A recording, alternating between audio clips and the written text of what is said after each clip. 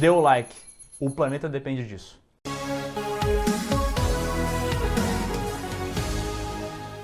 Voltando aqui para o assim, a gente tentou usar a marca original do palhaço, o nome original do palhaço, que todo mundo sabe, mas eu não vou mencionar. Mas foi impossível, né? A gente foi, por direitos autorais, a gente não podia. Aí eu tive que lidar com essa frustração de falar, beleza, eu vou contar, eu prefiro contar a história que eu quero contar e não ficar atrelado. Eu jamais conseguiria contar essa história que eu contei se eu quisesse usar a marca. Jamais conseguiria fazer esse filme. Você ia acabar ficando preso, né? Algumas coisas, né? Eu ia fazer um filme infantil, eu ia fazer um outro filme. E eu eu queria contar essa história. Sim. Queria contar a vida do Arlindo Barreto, né? Que a gente criou o nosso personagem também para ter a liberdade, que no filme ele nem se chama Arlindo, ele se chama Augusto Mendes, que era pra gente se inspirou na vida do Arlindo para poder criar o filme que a gente queria criar. Então, assim, você vai lidando com as suas frustrações, vai com as suas fichinhas aqui. Hoje eu vou apostar nessa mesa aqui, porque esse filme tá pedindo esse tipo de mesa.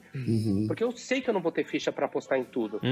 E eu sei que eu também não vou conseguir agradar todo mundo. Sim. Mas se eu jogar as fichas no lugar certo e sabendo que eu vou ter muitas frustrações, as frustrações perdem força. Porque se a gente deixar, elas tomam o nosso tempo, elas tomam a nossa atenção e elas matam a gente. Então eu não deixo que elas me afetem, dentro da medida do possível. Claro, mas agora eu vou fazer uma pergunta de uma frustração que eu acho que é difícil não ter, né? Que é lidar com fã do Batman, né? Porque esse tempo tu pisou aí nesse território espinhoso. É o pior tipo de fã. E aí é complicado, né? Porque esses fãs de Batman, eu vou te falar, cara, é uma galerinha, é uma galerinha complicada. Muito complicado. Eu falei, cara, ainda bem que eu passei pela Turma da Mônica, porque assim, eu sabia que eu tinha 200 milhões de possíveis haters, mas agora no Batman, cara... Agora isso vai pra um outro lugar, vai pra uma outra batisfera. Com a Turma da Mônica, os avós se divertiram, agora é a vez dos bisavós se divertirem, né? Chegou a vez, né? Rapaz, mas foi muito louco. Quando a Érica da Ultrassom, que foi a produtora que fez o Batman Despertar, que é uma das localizações, né? O Batman Despertar, ele é uma adaptação do roteiro original, que é o Batman Unburied, que foi feito nos Estados Unidos, e 9 países, a Spotify fez 8 adaptações, mentira. São 9 com a original. Ou tô falando besteira? São 9, né? 8 ou 9 países. Fala aí, Marcelo. Até onde eu sei, 8 países foram localizados e o original, né? Exato. Então são 8 países, mas o original. O original é o David Goyer, né? Exatamente. Ele foi o criador, né? Escreveu, né? Ele foi o criador. Ele não é o roteirista de todos os episódios, ele é o criador da audiosérie. Então a gente recebeu os 10 episódios, que a série tem 10 episódios. E a gente, evidentemente, tinha que fazer esta mesma série, mas a Spotify deu liberdade pra gente fazer as adaptações para cada cultura. Cada país podia adaptar, mantendo o mesmo episódio, né? Assim, as suas mesmas histórias, os mesmos diálogos, as mesmas coisas que acontecem. Mas a gente tinha a liberdade, obviamente, quando a gente propunha alguma coisa muito...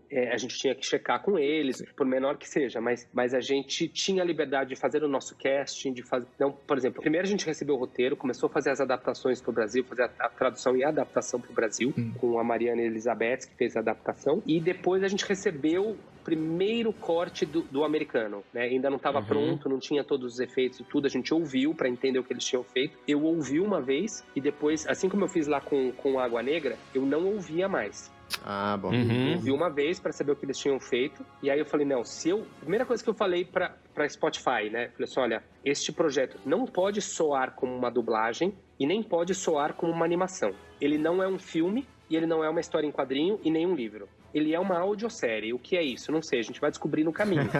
Os Estados Unidos fez a versão deles e a gente vai fazer a nossa. Então a gente deu o tom da nossa adaptação aqui no Brasil, a gente fez o elenco aqui, né? Então a primeira coisa que eu fiz foi falar assim, olha, eu queria chamar atores do audiovisual, de teatro, de série, de filme, para fazer os personagens principais, e todos os personagens secundários e terciários queriam chamar atores de voz. Quando eu falei que não podia soar como uma dublagem nem uma animação, não tenho absolutamente nada contra a dublagem, muito pelo contrário. Que é uma outra linguagem.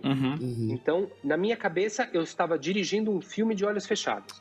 É isso que eu queria fazer. É que já teve também esses tipos de dramatizações do universo do Batman, teve algumas outras vezes que fizeram de livros e tudo mais, chegaram a ter, mas eu realmente, quando veio esse projeto, fiquei sabendo dele, eu fiquei, de novo, como tu falou do Turma da Mônica, pô, ninguém nunca fez, sabe? Eu fiquei meio assim, pô, realmente, podia ter mais disso, sabe? Podia ter mais projetos assim. assim. E agora, realmente, na plataforma de streaming que todo mundo escuta toda hora, eu acho que é muito bem-vindo esse tipo de projeto, ainda mais utilizando o Batman aí, né, que sei lá, que todo mundo conhece, o maior herói de todos, né, o Piuí concorda também. Ele é bom pra poder divulgar isso, né, esse tipo de plataforma episódio, sabe? E pra mim, eu acho que isso foi uma boa ideia. Eu só peço assim, Spotify, segunda temporada, por favor, tô esperando o telefone tocar, já tô pronto. Exatamente. E o Marcelo tá esperando o telefone tocar pra ele fazer um figurante, qualquer coisa, né, Marcelo? Alô, John Spotify? Yes. É que eu tenho um contato direto com o John Spotify, né? Vamos ver se a gente consegue. É a verdade, não minto. Mas agora... Perdão. Pode falar. Não, agora eu quero... Não, eu só queria entender... Caraca. Vai lá. Eu só queria entender esse trabalho de Desculpa, eu só fiz a terceira vez. Eu só fiz a terceira vez pra fazer a piada, né? A pausa dramática. Tá de sacanagem, xerife. É um brincadeira. Isso é um fanfarrão, xerife. É brincadeira. Eu só queria entender se o trabalho de direção dessa audiosérie foi presencial, foi à distância, como é que funcionou isso? Não, primeiro foi assim, né? Então, a Ultrassom me ligou, aí a Erika falou assim, olha, tem um projeto aqui que a gente... Era a terceira audiosérie que a Ultrassom estava fazendo com a Spotify, né? Que eles tinham feito o Paciente 63 e o Sofia. E ele falou, olha, estamos fazendo aqui um podcast de ficção, uma audiosérie, que é a primeira associação da Spotify com a Warner DC, que é um podcast ficcional do Batman. Eu falei, Erika, pode parar, não precisa nem continuar falando. Olha aí, escutou o nome. Só avisa que sou eu que vou fazer. Eu vou fazer, acabou. Que louco. Porque ela queria saber, será que eu, que venho do audiovisual, toparia fazer? Você não tá entendendo, Spotify, Warner, DC, fazer Batman, é óbvio que eu vou fazer. Depois eu penso nos problemas e nas dificuldades, mas eu vou fazer. Então, como eu também nunca tinha feito um trabalho que é basicamente em áudio, eu tinha que descobrir o processo, aí veio a Marina Santana, que veio inicialmente para fazer uma assistência, mas aí a gente percebeu que precisava um pouco desse entendimento do universo do áudio, então ela assina a co-direção também, né, Marina Santana, então para dar o crédito aqui, que foi importantíssimo, todo o conhecimento dela em gravação de áudio, entender como é que trabalha com ator só com som. E aí a gente fez presencial, eu fiz questão de gravar, a gente não conseguiu gravar todo mundo, porque são, sem querer dar spoiler, mas não vou dar nenhum spoiler aqui, tá? São quase 70 personagens no total, é muita gente. Caramba! Meu chapéu. É muita gente que aparece. É muita então, gente. não dava pra gravar todo mundo junto, então muitas pessoas a gente gravou separado, principalmente os personagens secundários e terciários. Mas os personagens principais, eu fiz questão de gravar todo mundo junto. Legal. Então a gente ia lá nos estúdios da Ultrassom, a gente nunca gravou mais do que 5 pessoas ao mesmo tempo, 4 ou 5 pessoas. Geralmente eram 2, 3, mas tinham dias e cenas que eram 4 ou 5 pessoas. A gente tá gravando isso, eu não sei quando isso aqui tá indo pro ar, tá? Mas enquanto a gente tá gravando, já saíram 4 episódios, porque eu vou voltar essa pergunta pra vocês, tá? Eu vou inverter esse papo aqui e vou jogar pra vocês. Preparem-se. Mas assim, eu já posso falar assim, o personagem do ceifador, que foi o Hugo Bonemer que fez, era o único personagem que a gente gravava separado, em outro estúdio, porque a gente criou uma voz dele, que eu ia trabalhando com ele, que ele tinha que ter uma voz que ele tava o tempo inteiro respirando. Ele nunca parava de respirar. O tempo inteiro. Como ele era um personagem que tá, né, lida com órgãos humanos, ele tinha, eu inventei que ele tinha esse negócio de estar sempre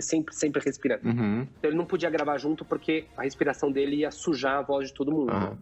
Então ele era o único que gravava. Todo o resto gravava num estúdio todo mundo junto. Inclusive hoje eu postei um primeiro videozinho de making off lá no meu Instagram. Quem quiser olhar, dá pra ver um pouquinho. E eu vou postar mais nessas próximas semanas. Então a gente gravou todo mundo junto. Foi 1 mês e meio de gravação pra gravar tudo. Era muita coisa. E depois bastante tempo de montagem, porque a gente montava... uma coisa que eu falei assim, eu não abria a versão americana pra saber como eles tinham falado e tentava fazer no mesmo tempo. Não. A gente fazia o nosso, depois a gente pegava o som que vinha deles, a música tinha que usar o que vinha deles, e a maior parte dos efeitos sonoros tinha que usar o que vinha deles, mas a gente tinha liberdade de mexer tanto em mix ou poder alternar as coisas. Das versões localizadas, então, foi realmente os diálogos, né? Porque toda a ambientação, os sons de fundo era o original, no caso, isso? Música, com certeza. Todo som de fundo, basicamente, tinha que partir da mesma premissa. A gente tinha liberdade de tirar um som, botar um som novo. A gente tinha liberdade de fazer algumas coisas. Mas a base tinha que ser. A gente ia fazer as localizações das vozes. Mas quando você faz para uma outra voz com outro tom, muitas vezes, muda tudo. Muda mix, muda tudo. Muda tudo. E é muito louco como o áudio, que tem um poder muito impressionante para contar a história, te faz uma experiência que você não tem em nenhum outro outro produto do Batman. É diferente de você ler um quadrinho, é diferente de você assistir um filme, é diferente de você... É muito diferente, né? Disso eu já ia voltar, porque eu quero saber um pouquinho o que vocês estão achando do Batman Despertar desses 4 primeiros episódios. Eu vou voltar, eu vou inverter esse jogo aqui. Vou virar esse jogo aqui. Pode falar mal se não gostar, hein? Eu achei a produção muito foda, porque audiodrama é esse negócio, né? Que, tipo, que nem tu falou, tem que comunicar. Então, os efeitos sonoros, eles têm que te colocar na cena e tal. E eu já ouvi alguns audiodramas que te confundem. É tanta coisa acontecendo, é tanto comentário, diálogo, efeito sonoro, trilha sonora, que tu fica perdido e tua cabeça, assim como quando tu lê um livro, ela começa a viajar tentando conectar as peças e visualizar aquilo, né? Porque por mais que seja uma experiência de áudio, tu visualiza na tua mente a cena, né? E eu acho que o Batman Despertar tem esse lance que ele é claro, ele é limpo, sabe? Tu consegue entender e é muito bem produzido, sabe? É muito bem feita a parada. Eu ia adicionar que, assim, de pegar esse primeiro projeto de audiodrama e até, como a gente falou da questão da direção que pegou já um projeto não tão convencional, essa história aí do Batman Despertar, ela é bem inusitada, assim, no começo, sabe? Pra quem é fã do personagem, assim como eu, ela vai pegando os detalhes, ela te deixa bastante desorientado em relação à história no começo, então ela tem um mistério muito bom. E é interessante porque quando começa o Bruce Wayne daqui, né, se dá muito spoilers, ele é totalmente diferente do que a gente tá acostumado. Por um motivo que eu acho que tem a ver com algum vilão ou algo assim, sabe? Já tô chutando lá pra frente. Eu acho que tem um planinho aí. Mas, fora isso, eu achei muito inusitado por isso. É uma história não muito convencional e dá pra ver outros aspectos dos personagens, como mais pra frente também vai ter a Bárbara Gordon, que tá num tipo de papel bem diferente também do convencional. Isso eu gostei bastante, cara. Tô achando bem legal. E é importante essa diferença, né, cara? A gente tá falando de um outro formato, a gente já tá falando de um personagem que já foi feito N vezes. É muito legal ter a inserção de novos elementos, enfim, sim, uma reinterpretação. Ninguém ia aguentar mais a mesma história da mesma maneira que a gente já viu 1 milhão de vezes, né? Porque... Por mais que seja só um áudio, né? Eu acho que é interessante. Pô, agora, o que eu fico interessado é nesse papel aí que o Marcelo tá tentando cavar, entendeu? Porque ele tá com o diretor do projeto aqui, entendeu? Eu não sei, quando vê, é a chance dele, ele tá na cara do gol. Se ele mandar uma voz aqui do Homem Condimento, eu não sei, cara. Quando vê, vai dar certo, cara. Tenta aí. Ele tem talento pra isso. Mentira! Eu tô terminando, já gravei umas faixas de áudio pra mandar depois pro Daniel, né? Não quero fazer aqui porque eu não tô preparado, entendeu? Eu já fiz todo um personagem. Entendi. Mas lembra que a gente voltou e falou sobre a improvisação? Quando você não tá preparado e você vai e se joga? Aí. Marcelo, é tua chance. Eu vou fazer um teste agora, ó. Vai lá. Teste VT agora, vamos lá, é sua chance. Pegar, vai lá. 3, 2, 1, improvisa. Faz o personagem que você quiser. Faz. O Rei dos Condimentos, ó. Câmera! Claquete, cena 58, tomada 3. Ação! Mostarda, ketchup, esses foram os ingredientes que mudaram a minha vida. E agora, eu vou mudar de todos os habitantes de Gotham. Que beleza, ficou, ó, uma bosta. Caraca. Olha muito bom, mas olha só, vamos fazer uma versãozinha aqui agora, Marcelo? Olha só. Muito bom. Ele tá um pouquinho impostado, ele tá um vilão construído daqueles que eu já ouvi, tá parecendo, tá flertando com a série dos anos 60. Vamos fazer um vilão, vamos fazer agora uma versão de um vilão que ele dá menos importância pra aquilo que ele tá falando. Menos importância. Ele dá menos importância, ele simplesmente fala, ele joga pra fora, mas ele sabe que ele vai conquistar, ele sabe que ele vai vencer, e ele não dá tanta importância. Vamos tentar fazer essa versão, vai lá, ação. A mostarda, o ketchup, esses foram os elementos que mudaram a minha vida. Mas agora, eu vou mudar todos os habitantes de Gotham. Não consegue, né? Legal, mas a hora que você fala aos soquinhos, você dá importância pra cada palavra. Joga mais fora. Vamos fazer uma versão agora, take 3. Mais fora. Joga fora, não dá espaço entre as falas, só joga, não dá intenção. Tira toda a intenção, vai lá. 3, 2, 1, ação. Tá bom, vamos lá. Não pensa. E lá vamos nós. 3, 2, 1, ação. Mostarda, ketchup, eu coloco todo dia esses ingredientes num hot dog. Mas agora, eu vou colocar na cara dos habitantes de Gotham.